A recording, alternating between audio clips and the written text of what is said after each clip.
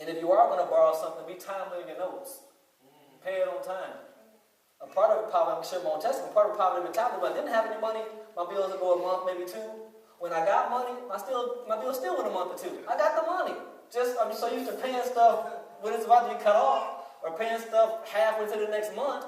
It's like, I used to call and people say, when is it due? They're like, on the due date. Like, not after the due date.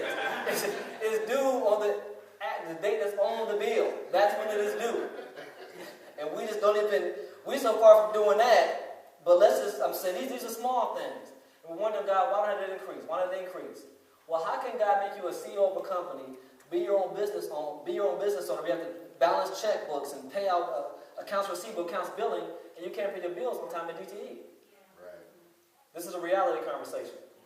This is not I'm going to shout you, go home kicking up the heels, I'm blessed. No, you got to do something first.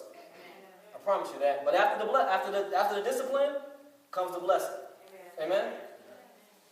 So in Genesis chapter 15, let's go over to verse 13. We're going to touch on a couple of scriptures here. I'm reading from the Amplified. It says, and God said to Abram, know positively that your descendants will be strangers dwelling as temporary residents in the land that is not theirs, being Egypt, and they will be slaves there and would be afflicted and oppressed 400 years. We covered this in a Sunday school lesson, and that just really hit me in my spirit that we look at the children of Israel, I'm going to cover after the fact of how did they come out of captivity and still want to go back. Well, this was having 400 years that had passed. So this wasn't Abraham's kids that was getting out of slavery from Egypt. This was his kids' that their grandparents were slaves, is what I'm saying. They didn't know freedom. They knew nothing about freedom. They didn't know Abraham. Heard stories, but didn't know him personally. So what I'm saying is after years of poverty, years of being indebted to the system, even when you're free, as I'm going to show you here, you still have a poverty mentality. Now, they knew the blessing. It had been passed to Abraham like it is to us. We got the blessing of the word passed down from generations. They had it passed down that after a period of time, you're going to be set free. They knew the blessing was coming. Maybe not exactly today, but they knew it was coming.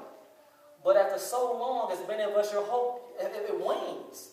It begins to fade. God, I know you said I'll be blessed. I'm sowing seeds, God. You said I'm going to be increased, but I don't see it. I don't see it, God.